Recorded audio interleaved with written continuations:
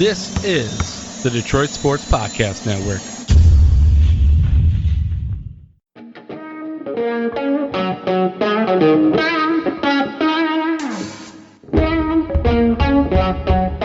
The biggest icon in podcasting.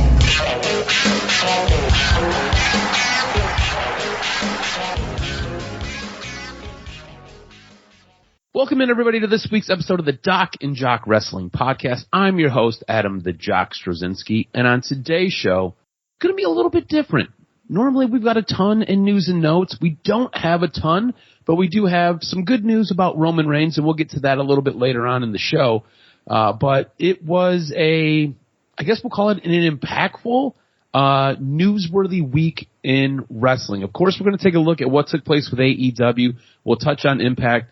But we're going to start this whole thing off with WWE because what took place Monday, I think, takes precedence, and I can't wait to hear what the Doc, John Macaroon, has to say, and I want to welcome him in right now. Cuz, what's going on? Crazy week of wrestling, huh? Absolutely. When you hear about wrestlers taking their ball and going home, that is something significant. The female tag team champions were very unhappy. So to set the table, Sasha Banks and Naomi were not happy at all in any fashion with creative that was written for Monday. And there's a lot it makes sense if when we break it down, it would have went down this way. But in essence, what they did was they went to Vince. Sasha Banks had her meeting with Vince and said, I don't like this. I don't like the potential plan that you guys have set forth. And she felt disrespected, and the reports came out pretty quickly that into Raw, Sasha Banks and Naomi took their belts, slapped it on John Laurinaitis' desk, and said, deuces, we're out. And it would, by all accounts, indicate that if it's not a work, that this is a shoot, that this is real, then their run in WWE has come to an abrupt end, and you might not be seeing Sasha Banks in the ring for a long time. It was crazy. But, I mean, not terribly surprising with Sasha Banks because she has done this before. And we've talked about it here ad nauseum on this podcast week after week in our group chat with Kenny. WWE creative does not leave a lot of people satisfied. And in essence, we've said it. You get paid, you get to live the lifestyle of a king, but artistically, you don't get to be satisfied. Basically, you show up and you're told what to do. And yeah, you can have input, but it falls on deaf ears quite a bit. And it is hard when you're not in control of your creative character. And when you see a direction that totally misaligns with your purpose, you're fucked. And Sasha Banks felt like, screw this. I've had enough. I'm not being respected. I'm a champion. And I respect what she did.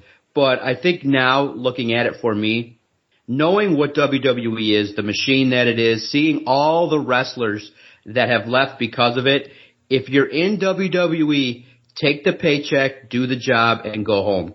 Don't be silly. Don't be unprofessional. You know what it is. You wait and you speak when your contract is up. You slam the door shut and say no thank you, and you show up on the competition and try to beat them. But you don't do what Sasha Banks did. I would never do that. I would just, obviously voice my concerns and take the cash and go home. And I think, now looking at it after a couple of days, I probably would be in the camp of, fuck it, just give me the $500,000 a year. And if you want me to job to everybody and their mama and give me 6 months off and still pay me and then still want me, fine, I'll just do it. Because if you're not the boss, you don't dictate the path of your career in WWE. It is the height of lack of control. And that's what happened. And it's crazy. But I don't think, I just think it's a live television show that's not probably the way it should have went down. I think it's unprofessional, and you know what the deal is. So to do that, I think is a big slap in the face to the fans who showed up wanting potentially to see Sasha Banks and Naomi.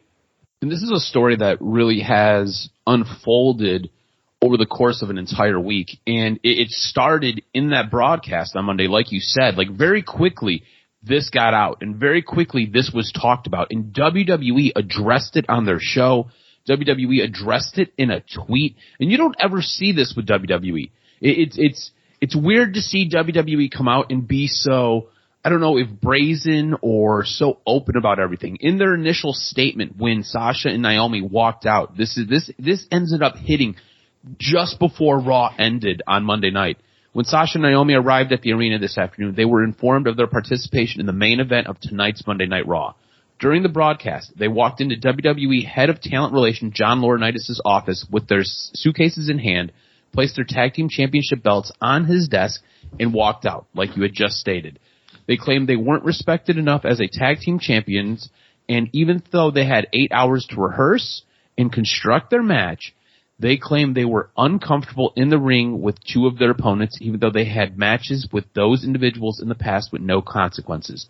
Monday Night Raw is a scripted live television show whose characters are expected to perform to the requirements of their contract. We regret we were unable to deliver as advertised tonight in the main event. Now, in this statement, like there's so much here that I would never expect WWE to do. Basically, they tell you what you see every night is fake. They talk about this like it is. These are television actors, which they're not. They're individual or independent contractors. It's a little bit different. But there's so much wrapped up in this. And I think this was very quickly WWE piling dirt on Sasha and Naomi. Because what you have to realize is, Sasha, you haven't heard anything from Sasha and Naomi. And if you did, it came through back channels. Sasha and Naomi are not allowed to talk negatively about the WWE.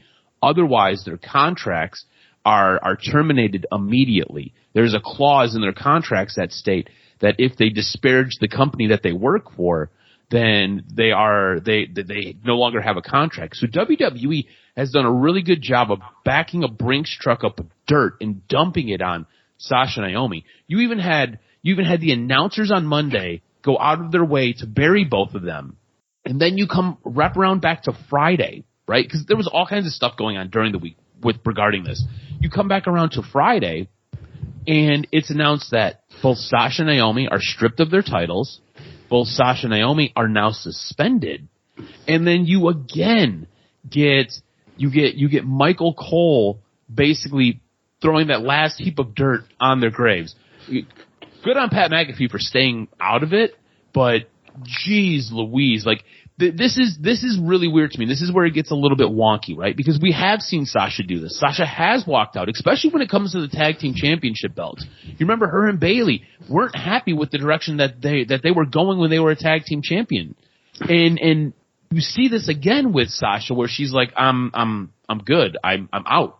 And it's interesting because this time it aligns more with both Naomi and Sasha's contracts coming due, and both of their contracts expiring. So there's like this whole event has so many layers to it.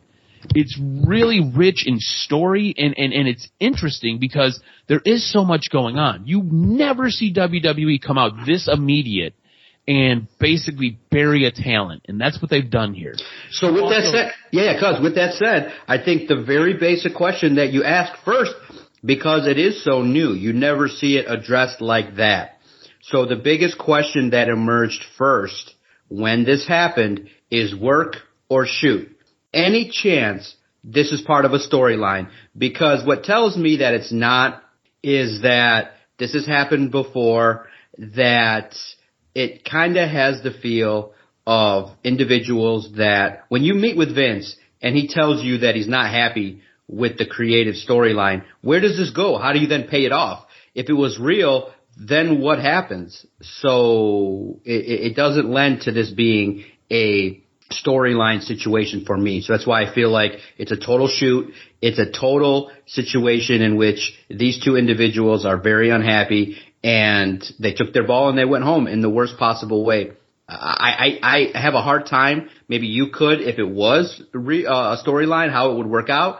But I don't think in any way that this was. But see, here's the thing. WWE has never acted this way before. No. By going this route. And that's where it's triggering a lot of people saying, wait a minute, that might lend to some more realistic storyline, because you're hearing that there's a little bit of a shift in backstage producers and maybe more of a realistic. And remember, Cody Rhodes is now in the mix. Maybe he piped in a little bit about some potential storylines and how to spice it up a little bit. Paul Heyman in the mix.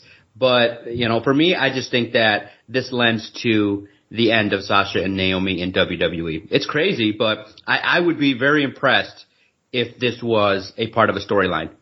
So this is how I see it playing out if it is part of a storyline. And it's initially I thought this was all story, right? But again, like you said, you never see WWE come out this quickly and say this many things that are almost defaming the character of their wrestlers. But this is how I could see this playing out. They're stripped of their titles. This is one way to get it off of them without them actually losing. You end up holding a tournament for the vacant titles, right? And I don't think WWE has done a very good job with their women's division in general, much less their women tag team division, to be more specific about things. But you hold the tournament, whoever wins, wins.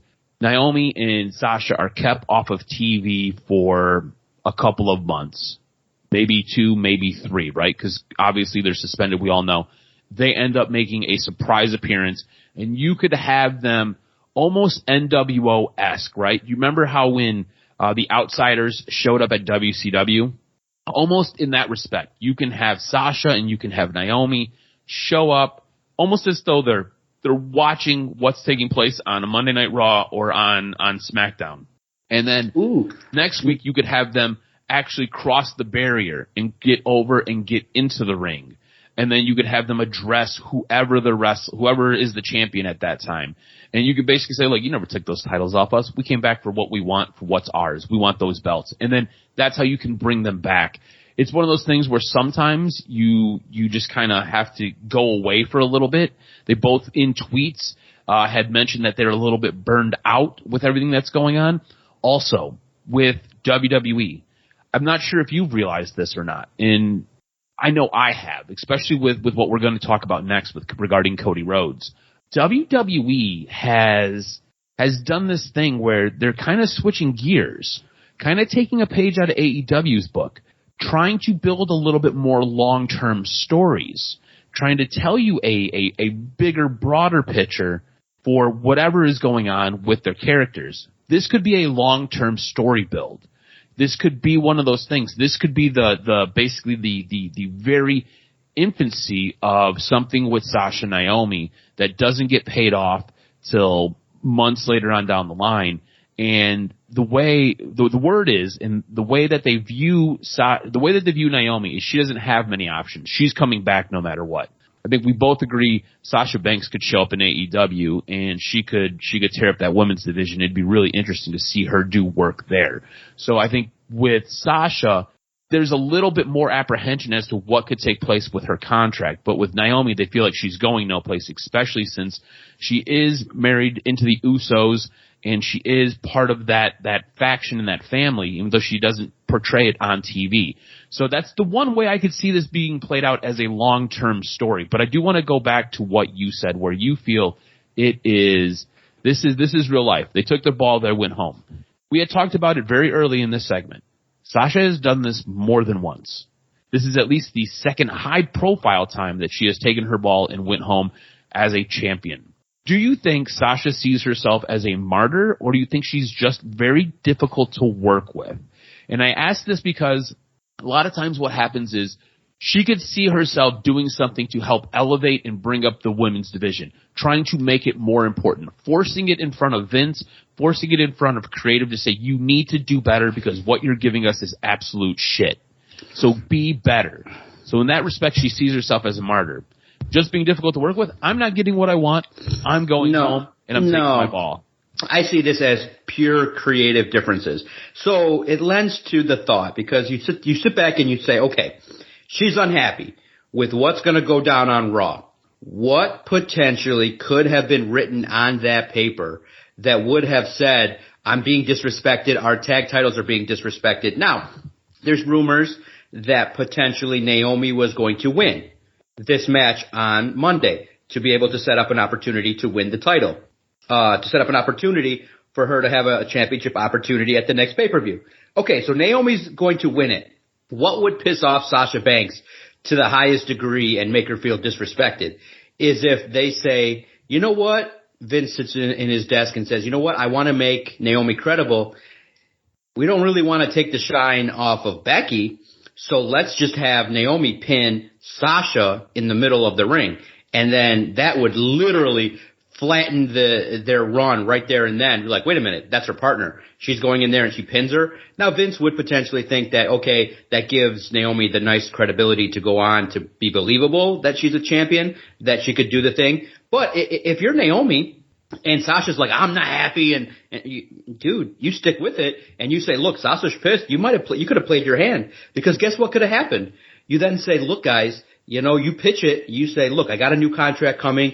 Just give me a good 3-month run. I win against Bianca with the help of the Usos. And now you got the Usos, you got Roman Reigns, and you got Naomi all in a scene holding up a title. The visual of that would have been awesome. So if you're Naomi, I don't know why you follow along with Sasha. Sasha's probably pissed off because that's what was going to happen. She was like, wait a minute, we're going to get our asses lost, and this is what our tag team titles look like. And I think that I think Sasha's not difficult to work with. I do think that these wrestlers really care about wins and losses, because bottom line, when you're Cody Rhodes and you're winning every week, it means you're popular. And I know there's that dichotomy, but bottom line, and WWE said it's a scripted television show. It's a phony baloney belt. You're not the real world champion. You're not the best tag team in the world. It's a job.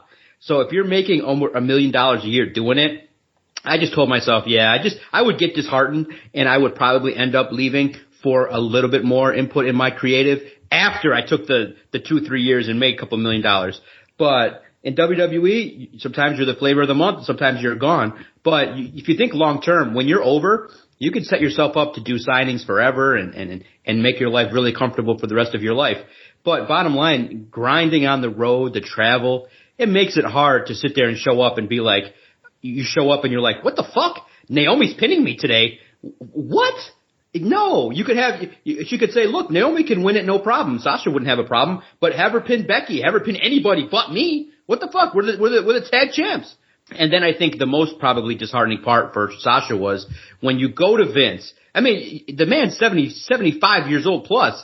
When you go to the boss and say, I'm not happy, and he takes your meeting, that's a big deal. And he says, no, you have to look at it from his side. He's like, I want Naomi in the big match, but I can't have her just be Doudrop. That would make it where DocNJock are like, she's not credible and she's going to lose. If she pins Sasha, then that's the most jump off potentially to get to Bianca Belair and have a nice run. So you could see why Vince and creative would think that way in order to do business. But I think that now it's just beholden upon both of those ladies to leave and get themselves over and see if they ever come back. But I just think for them, their run with creative is going the way of Jon Moxley, who's put it out there. If you're not happy with creative, go to AEW and have a little bit more input. But you might end up falling off the top rope and breaking your neck, because somehow whenever the wrestlers get over there, they forget how to do their moves.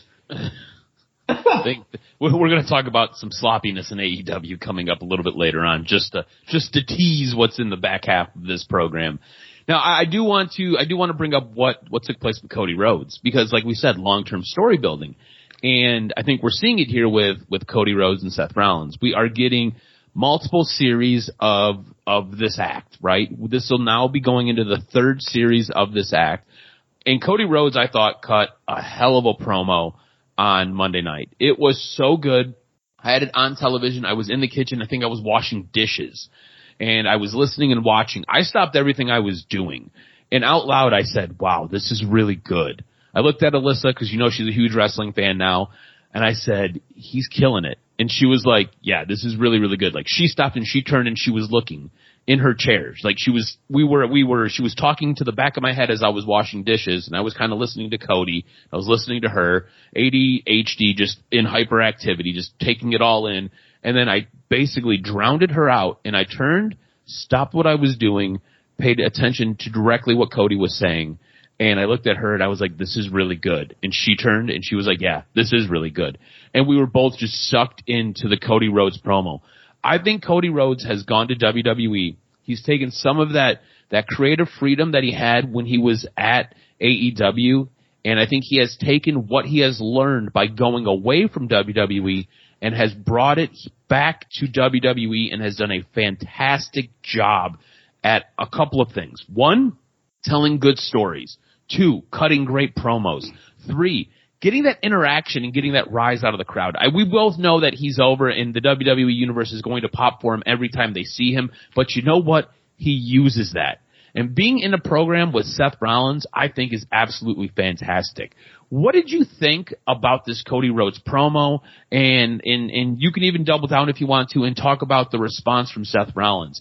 What did you make of this? Because I thought it was absolutely great and got me interested for Hell in a Cell. Exactly, and that was the intended purpose, is to get people back interested. For me, though, I went into it with a little bit of like because I don't want to see Cody and Seth Rollins number 3. I don't want to see that. But in essence, I'm into the story of Cody Rhodes. You know what I mean? Because I had spent the week, I watched his interview with Stone Cold Steve Austin. You understand what he's trying to do, and you understand the story of, this is a guy that believes he's one of the top wrestlers in the world. And a la Drew McIntyre, a la Triple H, a la those with egos that want to prove themselves. And you've already, and see, here's the thing for me though, I have a tremendous amount of respect for Seth Rollins. So you're going to have now a violent culmination in their feud. Okay, Cody Rhodes is probably going to win again. So it's going to be great. Seth is not going to take too much of a dip there, but what do? Do you have a wonky finish? Do you have Seth Rollins try to pull a fast one? I think Cody should pull a fast one and, should have the potential to maybe link up with a couple friends from back in the day. I'll look at it like this. Cody Rhodes is over, and he's trying to do his best to continue a long-term feud, and Seth Rollins is not letting go of the fact that Cody has taken advantage of him on a couple different occasions. But both superstars are doing tremendous amount of work because it's interesting and it's being highlighted, so that's all you can ask for. Now, I do want to transition over to SmackDown here because I thought what we got for a main event was absolutely fantastic. Was there anything in Raw that really had your interest, that you really were like, man, that was really, really good? Because for me, it was the news that broke about Sasha and Naomi, and it was the Cody Rhodes promo that really carried the evening for myself. I mean, it's kind of funny now, the manner in which I look into how Mustafa Ali is being treated. Yeah. I think it's funny that Austin Theory is trolling him nonstop, and then he changes it up to have him get destroyed by Veer Mahaan. I thought that was great. And then to have The Miz come out and be an official again, I'm curious to see how that plays out. The more you see Veer Mahaan, the more he's more believable as like this dude that could do something. There's something there. The only thing that really right now that has been kind of something that's been highlighted, but you kind of need to see more. Omos and Bobby Lashley need to take different paths and move forward. I think Bobby Lashley's top talent, and it's now tough because he's had his run, he's had his dip, and to have him keep battling Omos is something that you go, well, what are you going to do with this big man? What can he do?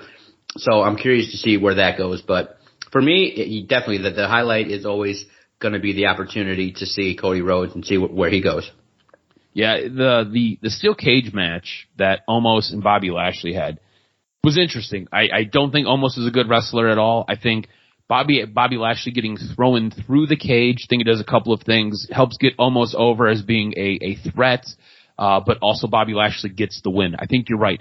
WWE still sees Bobby Lashley as a higher caliber mid-card or more bottom tier top talent in the company, which is good because that's where Bobby Lashley should be. Bobby Lashley should be a top tier talent in this company, and it's right now he's in this weird, I don't know what this is. I don't know what Omos is. I have no idea. I don't think he's a good wrestler, and I think he obviously needs a mouthpiece. He's big. That's what you got. You got a tall guy who can maybe do some things.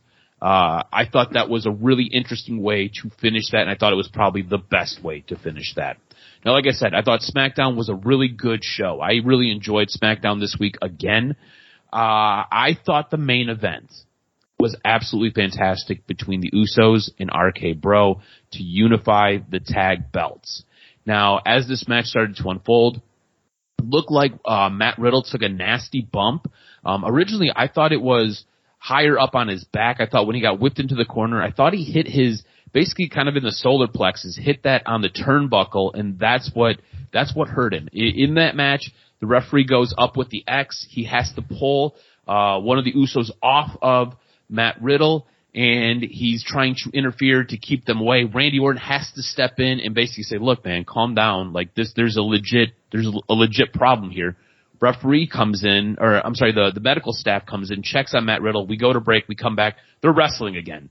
So obviously he's okay. They claimed it was a hip. I don't think it was a hip, especially as that match unfolded and the way he was working. I don't believe it was a hip. I think when he got whipped into the turnbuckle, he hit his solar plexus, which is the muscles basically right between your shoulder blades, kind of high up on your neck.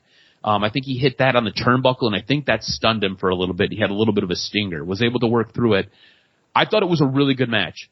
I thought it was really interesting because at a couple of different points, it had me hooked that Matt Riddle and Randy Orton were going to win this. And that was who I wanted to win this. Now, I knew going into it who was going to win this because I was watching it on DVR. You were watching it ahead of me.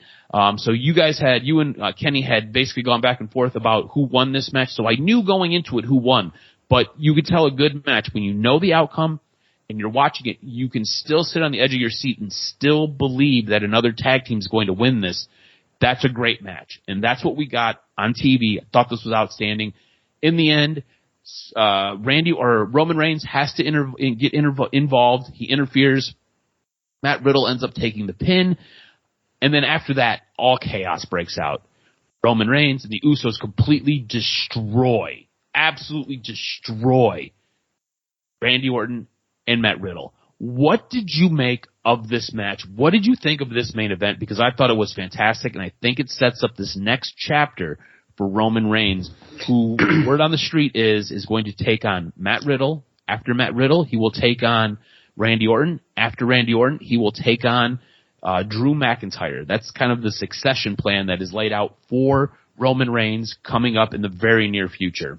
And it brings to light an interesting point that Kenny made. Like, it's boring to have the Bloodline win everything, but I completely disagree with that take because they are the best in the world. Look, I understand RK Bro is very over, they're very popular, but in wrestling there are heels and there are baby faces, and the Usos have been around a long time. And guys, they're riding along with the big dog. So the big dog is going to be saying, hey, let's ride this wave of success for as long as possible. So the big dog said it. The next step in our evolution is to unify the tag team titles. Now, they took their sweet-ass fucking time doing it. They should have did it like 3 weeks ago and got to something else, but they did it. And so remember, guys, sometimes WWE just tells you what they're going to do. Roman Reigns said it. And when Roman Reigns says it, you know it's going to happen. So I had really almost no believability that RK Bro was going to ever unify the tag team championships. So I thought it was great. I thought absolutely the right team to win. It's not boring because now you want to see how this plays out. You've elevated the Usos. Remember that just because your team doesn't win doesn't mean that you just disregard one of the great tag teams. Like when the Usos music comes on, when I was at Raw, I jumped up. I made sure to tape it because it's sweet. They are talented wrestlers. They like to booze and they like to have a good old time with it, but they are decent wrestlers. They are elevating themselves. Now, RK Bro, they'll have an opportunity to have more success, but obviously everybody sees it as Riddle and RK and Randy Orton moving forward. I thought it was amazing. It's tremendous. And I do think that when you look at it, it is the arc of a long-term story that has paid off. Now, I understand that you could have did a lot of different things creatively and things like that, but bottom line, in the trials and tribulations, the Usos are now the unified world tag team champions. They stand on the mountaintop with Roman Reigns, and now let's see how they handle it. Who's next? Who's going to take it? And remember, guys, okay, you also got to remember that when you elevate a star to the level like Roman Reigns, when Cody wins it, which I think is the next guy, obviously, all these other challengers, all these other things, obviously Roman Reigns is going to win it. When you have Roman Reigns hold the title for darn near 2 years, when Cody wins it, it's that much more special. So if you want to elevate RK Bro, then you have him come back at next year's Mania and you have him take it off the Usos. And that makes it that much more tremendously special. Okay, what have we talked about here with the IC belt? They've dismissed that. They need an individual to have that belt for a couple years to also establish it to that degree. And so that's where this is going, is that the next team that's going to win it off the Usos is going to be made. And that's how you create real stars, is by having the team that wins it do something special. The Usos are great, Kenny. Don't discount the Usos and what they're able to do. They can hold up a match. They can do some things. And they are worthy of being at the top of the mountain. And it's sweet. I don't know what you would not like about when they stand there behind Roman Reigns. It's a beautiful visual. It's great with the blue backdrop, with the music, with Paul Heyman holding a belt, and all those people holding a belt. It symbolizes greatness. So I'm all for it. I don't see a pathway where I'm disappointed other than, maybe you extra sauced it with showing the kids crying and you destroy RK Bro. But remember, the Usos are heels. Heels finna be doing what heels need to be doing, which is bad things, which is to make kids cry, which is to make you go, oh, So kudos to creative on SmackDown for handling their business the right way. Now, you mentioned something there. Paul Heyman. Paul Heyman is absolutely fantastic. What we got on the commentary booth with Paul Heyman and Pat McAfee, there was a point where Pat was just staring at Paul, and then when the tide started to turn in the ring, you had Pat McAfee basically goading and poking Paul Heyman. I thought it was absolutely fantastic, and Paul Heyman adds an extra layer to this entire thing. And I think you're right. I think it is great. I think it's awesome that Roman Reigns is here, and I think it's awesome that the Usos are here. They are the most interesting thing in WWE, along with RK Bro. It's absolutely fantastic where this is at. And to think about this, you got a pay-per-view level match on free TV. You got a pay-per-view level match in Grand Rapids, Michigan. You got a pay-per-view level match in an arena that seats about 12 to 13,500 people. How small and intimate was that? How awesome was that? You could tell that it was a bit of a smaller arena when you've got an Uso going up to a top rope and you've got a laid out Riddle on a commentary booth, and he's going to try to make that, and he connects hard. You can also tell how close those stairs were to basically the guard to keep the fans separated from the actual ring. So really interesting venue to hold that at and to do that.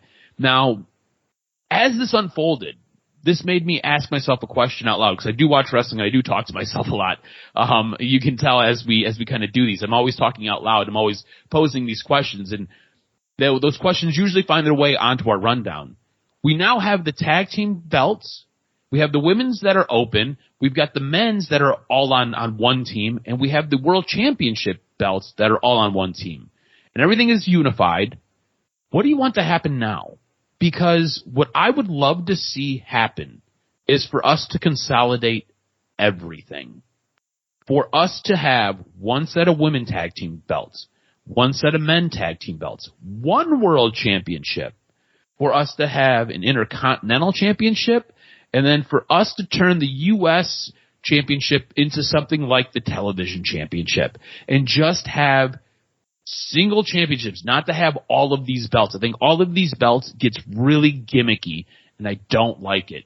What do you want to happen now, since everything has been, in WWE terms, unified? Well, I would like for the newest, freshest, hottest team to take a step forward, which is AJ Styles and Finn Balor become very much pissed off at the Judgment Day. They get theirs and they get over and they find their retribution against a growing faction. And Edge has done quality work teasing potential next entrants and members of the group by just posting pictures, which was fabulous. I thought, what a beautiful way to use social media. I am intrigued by Finn Balor and AJ Styles. Now, because it adds the layer of, is Finn Balor going to turn on AJ Styles? Is he the next member? Is he the fourth man? I hope not, because it's really symbolic and nice to see AJ Styles and Finn Balor in that ring together, because it ties into the story that they had a while back. So this is, remember guys, that WWE doesn't necessarily go linear where it's a story and then they just end it, and they sometimes revisit things 2 years later. Man, cause you remember how hard we popped when AJ Styles fought Finn Balor just as a replacement, and the match that they had because of injury and things like that, with AJ Styles flying across the country and showing up at a pay-per-view just to fill in and have an opportunity for a crazy match with Finn Balor. They did the Too Sweet. And then it kind of lay dormant for a minute because remember, they have history together. And you could tie in a little bit of other type stuff because of Cody Rhodes. When Cody Rhodes said that on the Stone Cold podcast, which is 2 hours of just wrestling conversation, that's fun. It was like, oh my God, dude, this would be epic money. You have Cody Rhodes with Finn Balor and AJ Styles? Are you fucking kidding me? You fucking could print money. You just take my money. I would buy whatever they put on a shirt. Whatever they call it. You know, what you would have there was you would have three. Cody Rhodes was always the unofficial leader of the Bullet Club, but you would have basically 3 leaders of the Bullet Club right there in the ring. Dude, but you know, I don't know. Does Cody want to be in a faction? It's something to tease. But could you imagine the Usos against AJ Styles and Finn Balor? Oh, it'd be so great. That'd be printing. That'd be nice. So you go in that direction, you elevate more tag teams. But yeah, you're absolutely right. Right now what has to happen is they got to just take it easy and figure out who the next tag teams are. Because, you know, the Shoosh dudes, you know, they're okay. Not worthy of a tag team run in terms of getting to the highest level. So that's where the problem is there literally is nobody. And that's where Kenny said it, is that it's boring because there is nobody on the face of the earth right now, probably outside of AJ Styles and Finn Balor, that is remotely even believable that can get in there. Now, is it the Street Profits? They're a year away, I think, from getting in there. But I think that might be a team that you have a feud where they get their ass kicked. You know, so that's the blessing, is who's the next team that's going to be bestowed. I probably think that the Street Profits will be the next feud for the Usos because they've been teasing it and they've been doing some stuff. But the next team to wear the gold should be AJ Styles and Finn Balor. That'd be awesome. I think that would be pretty great. It'd be awesome to watch them develop this tag team out. I hate when they just throw guys in tag teams and next thing you know, the tag team dissolves in a couple of weeks. Let these guys really get some play. Let these guys have a good time. You could see how this rejuvenated Randy Orton's career. Randy Orton has never been more interesting and more fun than he has been working with Matt Riddle. Let these two guys have the same run. Give them some time. Let them get their footing. Let them have a good time, and let them play off of each other. I think it'd be absolutely fantastic. You want to give us a quick review of Impact? Absolutely. I think on the path to Slammiversary, the highlight for me, and it's been for a couple months now, this back and forth between Honor No More and the Good Brothers.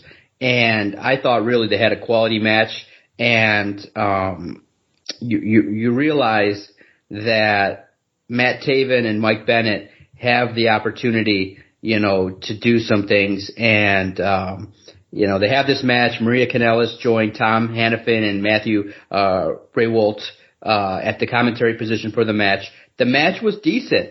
Everybody got to do their thing. Now, people online kind of have debated that Honor No More maybe needed to kind of get the rub because it's been going a lot in the direction of the Good Brothers. But I think, you know, Anderson and Gallows are one of the premier tag teams, and I think that you know, it's interesting. You know, the Bullet Club keeps doing their thing and they're handling their business and things like that. But look, bottom line, the Good Brothers are over and you got to handle business. And it was cool to see. I think that they highlighted this episode of Impact. The women's match really kind of was a little bit disappointing to me in that, you know, I didn't really want to see a 6 knockouts tag team match. Now, there's a lot going on, but when you see the likes of Deonna Purrazzo and Mia Yim and all these, you just kind of get a sense that they just need a little bit more seasoning to get everything up to snuff. They're right there. They're at B- level, and they just got to get there up to where you're more interested than you are for the X Division type stuff, where you had the Ultimate X qualifier, Mike Bailey taking on the Laredo Kid, and things like that to open the show. So, you know, it's okay. It was a good episode of Impact. And I think one of the highlights, obviously, is Chelsea Green. When she shows up on camera, you pay attention. She cut a promo for, the Queen of the Mountain match from her honeymoon, which was cool. And, it was nice to see what that potentially could mean for her and how Slammiversary is going to take place. I think that, again, the things going on with, Eric Young and Josh Alexander are really highlighting everything going on at Impact. There was a fantastic video package that showed up there. Made my notes here. So I think that bottom line, Impact doing a lot of work to get their run into the into Slammiversary, and and then the main event was the Briscoes taking on Violent by Design. And look, man, it was cool to see. The Briscoes, one day we'll have a little bit more of an extended chat about these cats. There's something about them that makes you just go, what the fuck is this? and they're great. And it's great to see the Impact Tag Championships defended. As we're talking about tag team, it would have been nice to see the Briscoes and some of the tag teams from Impact and AEW kind of show up, because what AEW does, we're going to complain about them a little bit, but what they do well is they have a good, believable tag team situation. So that's what it was. Impact was a B- show this week. If you did miss it, just check out the Honor No More and Bullet Club match, and it was really good. Awesome. Impact's still making some good waves. Impact is still a hell of a show. If you're looking for good wrestling, looking for really good wrestling, Impact is definitely a way to go.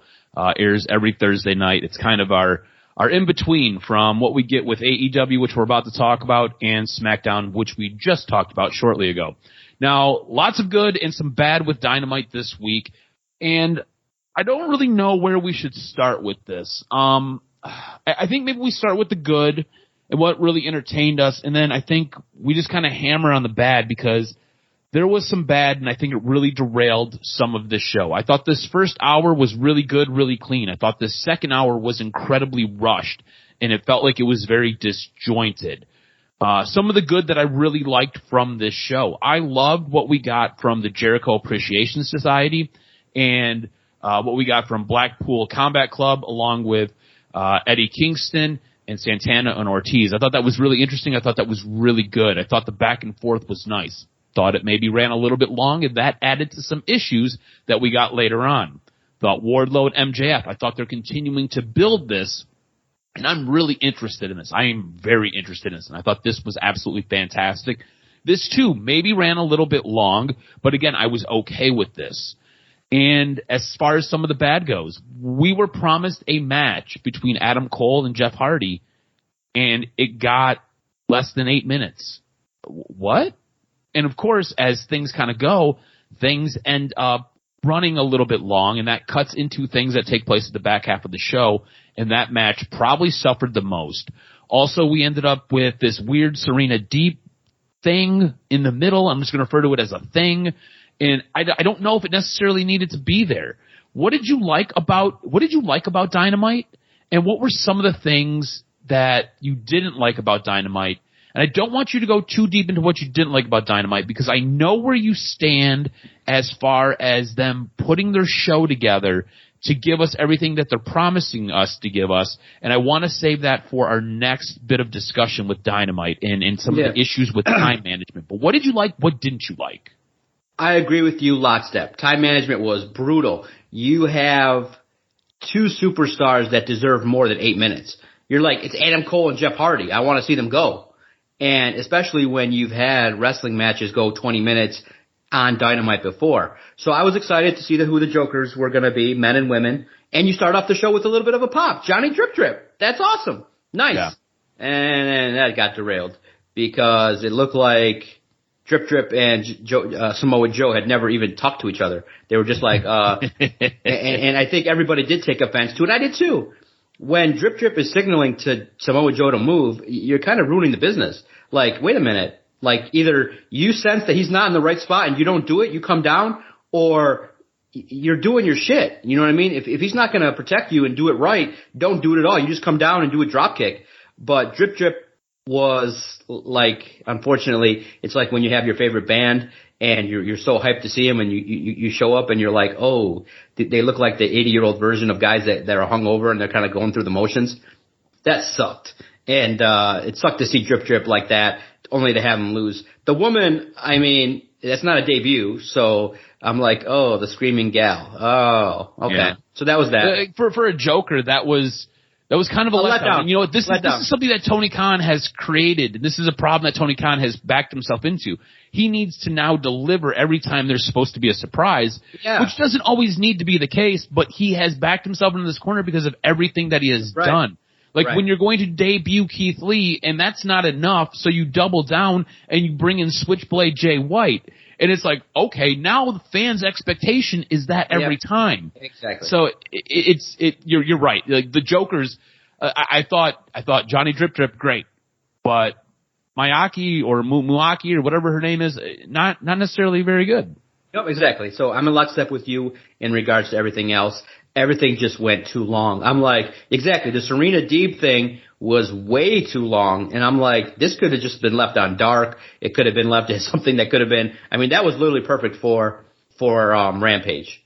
You know, that is not Dynamite worthy, period. And I think that is our biggest complaint, is that they tried to fit shit in there that really, bottom line, shouldn't be on Dynamite. And I thought the highlight, though, you got to give it up to Hangman Page and the Japanese superstar there, that 26-year-old. They say his name different than it's phonetically sounding. I like the way it would sound if you spelled it phonetically, but it was such a heads and tails different display of what we were seeing, because these guys had chemistry. The young superstar was in the mix, fluidly moving around. He had fans, and he looked like he belonged with. And honestly, at one point in the ring, at one point in that match, I said, I wouldn't care if this guy won the match. This guy's doing great. He looks like a potential stud, a potential Seth Rollins stud, a potential top of the line and New Japan Pro Wrestling stud. This dude, 26 years old, is in there going toe to toe with the champion, and it was a hell of a performance, and I loved it. Because everything else sucked, it stood out. And something that you say, okay, if you want to just get through and watch matches, Hangman Page and his opponent this week on Rampage, or on Dynamite, fantastic. A+. Yeah, really good. Now, we talked about time management being a bit of a concern with AEW, and I think you said it best in our group chat. They just need to tighten things up. There is a lot of good in what we got from Dynamite. And then there's a lot of bad that we got from Dynamite.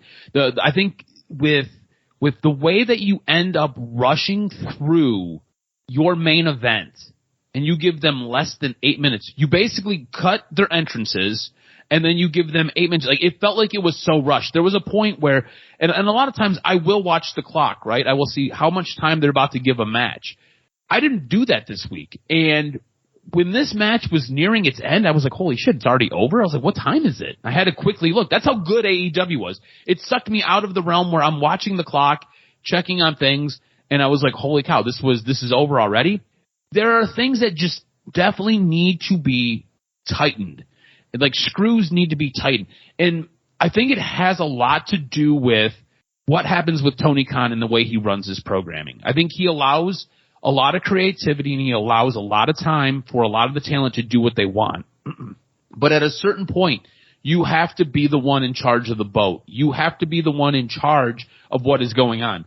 When guys go over and guys run long, when they come through that curtain, you need to be in their face, and you need to say, hey, you can't do that anymore. If you do that, I'm taking your TV time away. You have to threaten them with something, because otherwise, they're just going to go forever.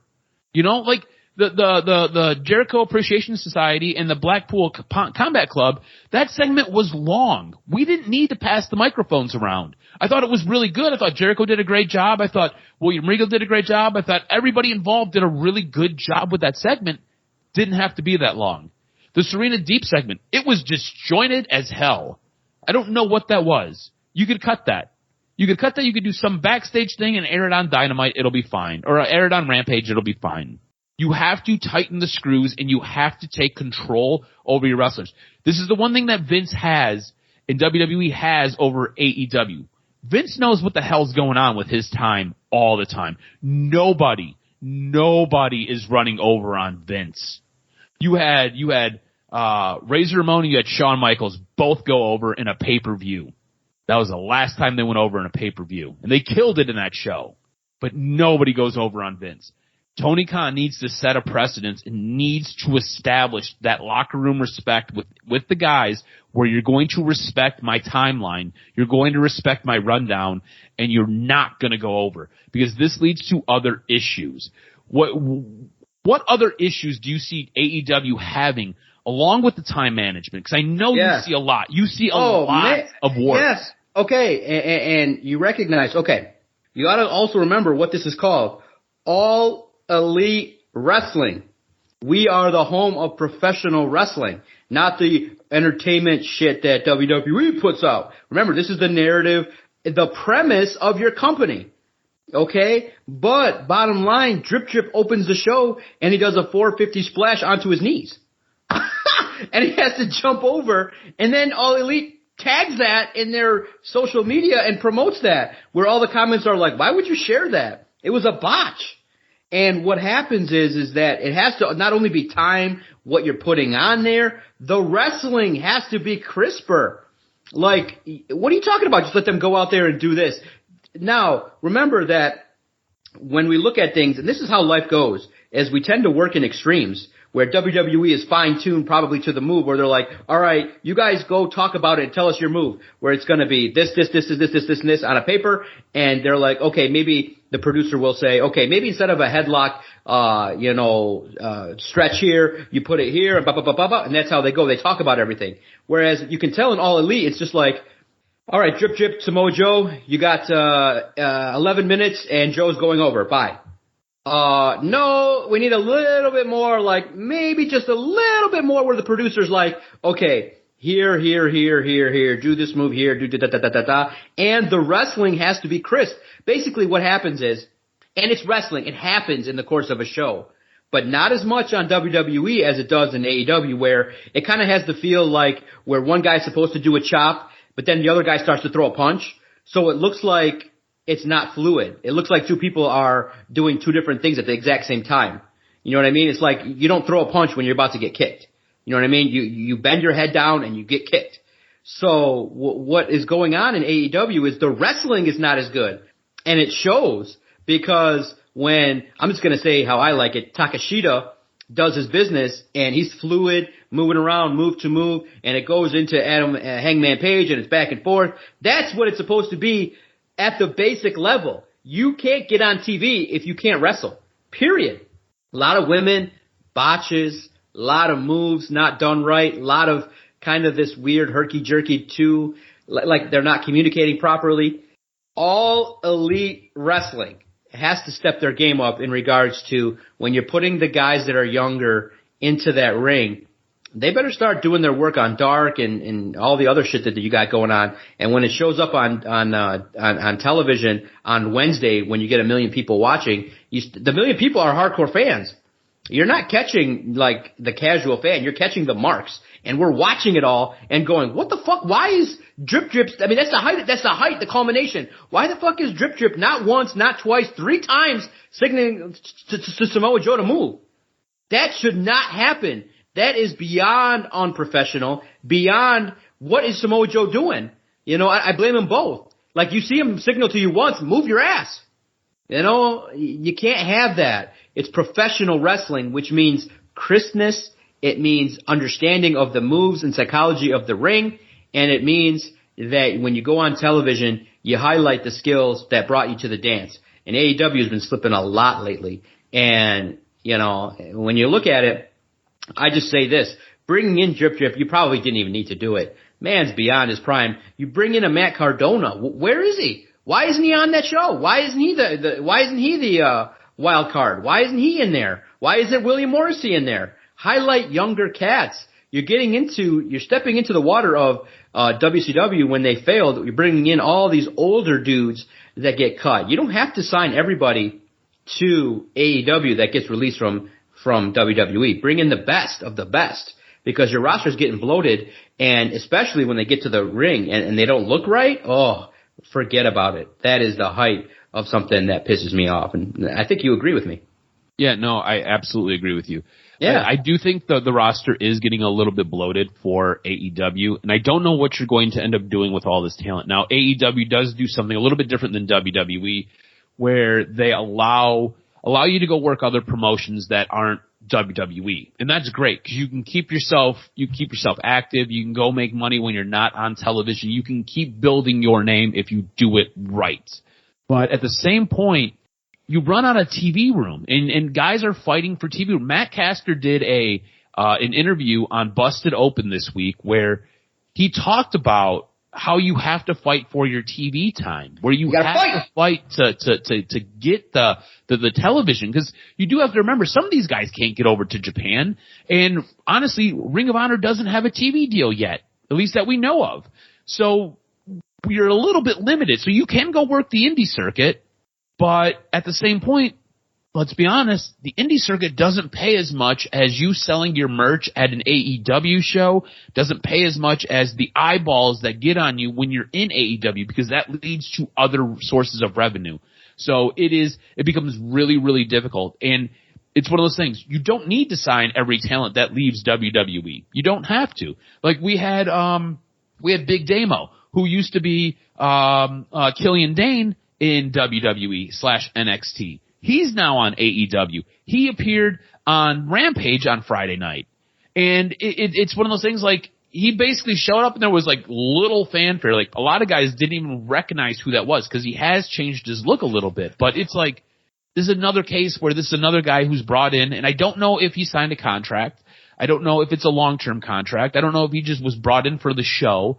I'm not really sure what the case is there, but it's one of those things where I don't know if you necessarily needed to do that. You could have went with somebody else in the back who's not getting the time.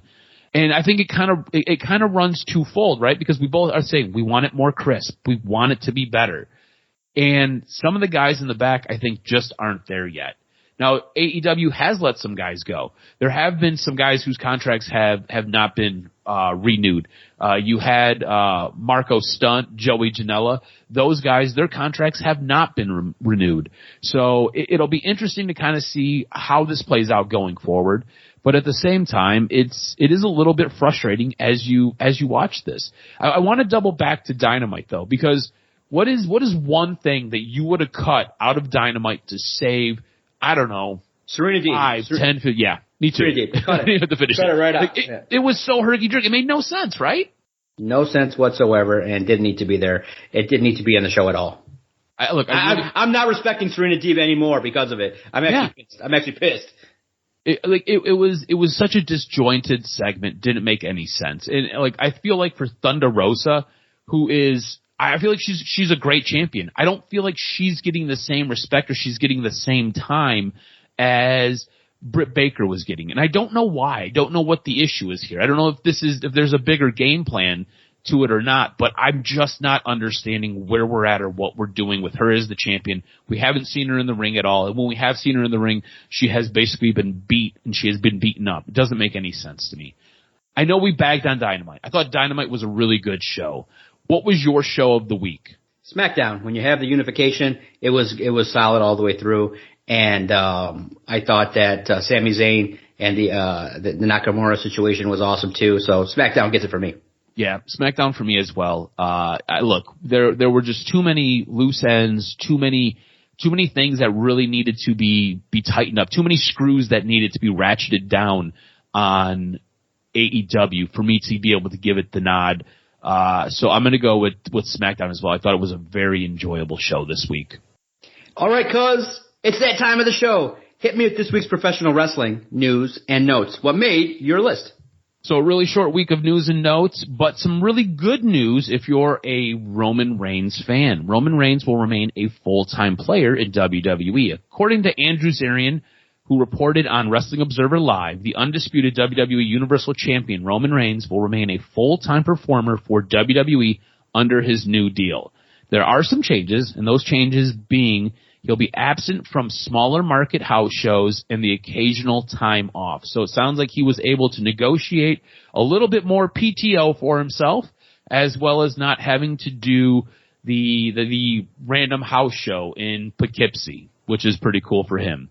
Now, many within WWE were reportedly shocked when Stephanie McMahon announced Thursday that she'll be taking a leave of absence from the company. In a statement released on Twitter, McMahon said that she would be stepping down from the majority of her WWE responsibilities for the time being to spend more time with her family. Now, this is a little bit interesting because while Stephanie is stepping down, Triple H is going back to work, and it sounds like Triple H has basically rejoined the WWE in a modified work environment. So not taking on as many responsibilities as he had before. Obviously, NXT no longer on his plate. That is a Bruce Pritchard and a Vince McMahon type of deal. But he is back at WD headquarters in Stamford, Connecticut, and he is working. So just kind of weird how Stephanie steps down as Triple H is going back, and they're all supposed to be spending time with family. It's weird because the whole thing is family. That's what WWE promotes. They are a family wrestling organization. That's why they were trying to sell themselves to Disney, because Disney is family. So interesting. We'll see what happens. But that's it for this week's wrestling news and notes, my man.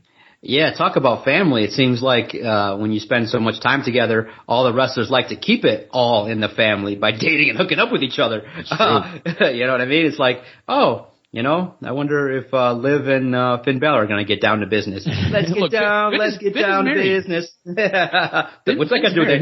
His wife's not bad looking. He's doing okay for himself. Adam buries his head in the sand, acts like that doesn't go down in the world of professional wrestling. And I was like, what's the ring got to do with anything? You know what I mean? When it's let's get down to business and you're on the road, couple whiskeys, you never know what can happen. Never know.